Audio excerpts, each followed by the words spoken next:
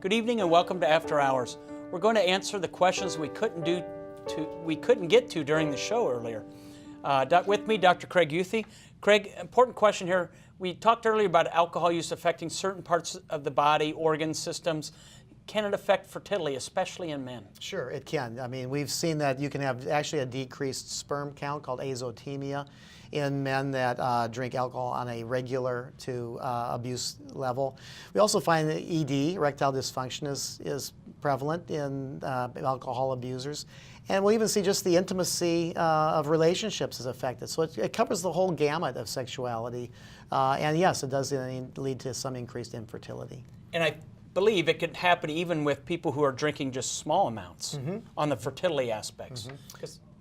It's something to go and ask your doctor about if you have any questions about it. But yes, it can have an effect on it. Another question we had is that if this person is truly has a compulsive disorder, they're very anal retentive, we might say at times. Can the person truly make the decision, go into treatment, or is somebody often typically going to be the one to have to make that decision for them to get into treatment? Yeah, what a great question. It varies from individual to individual. A person that has any kind of a compulsion or has a tendency to be drinking may have blinders on, not be able to see themselves as having a problem. But yes, when a person, no one knows better what's happening to their body than the person that's drinking the alcohol. It's not uncommon for me to have patients come in and say, I just can't drink like I used to drink before. My body can't take it. And they've started cutting back. Well, we play into that and we say, well, tell me more about that. Why don't we get you some help for that? We do see occasionally, but not very often, the patient that comes in and says, I haven't talked to anybody, I'm alone, I have a problem, and I want help. Usually, there's some prompting that brings them in. Somebody brings them in themselves.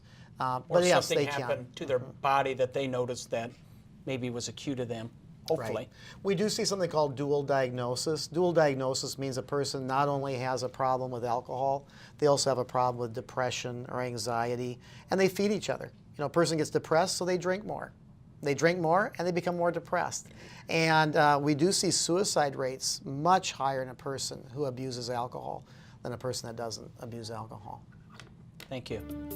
Well, thank you for joining us online, and as always, stay healthy out there, people.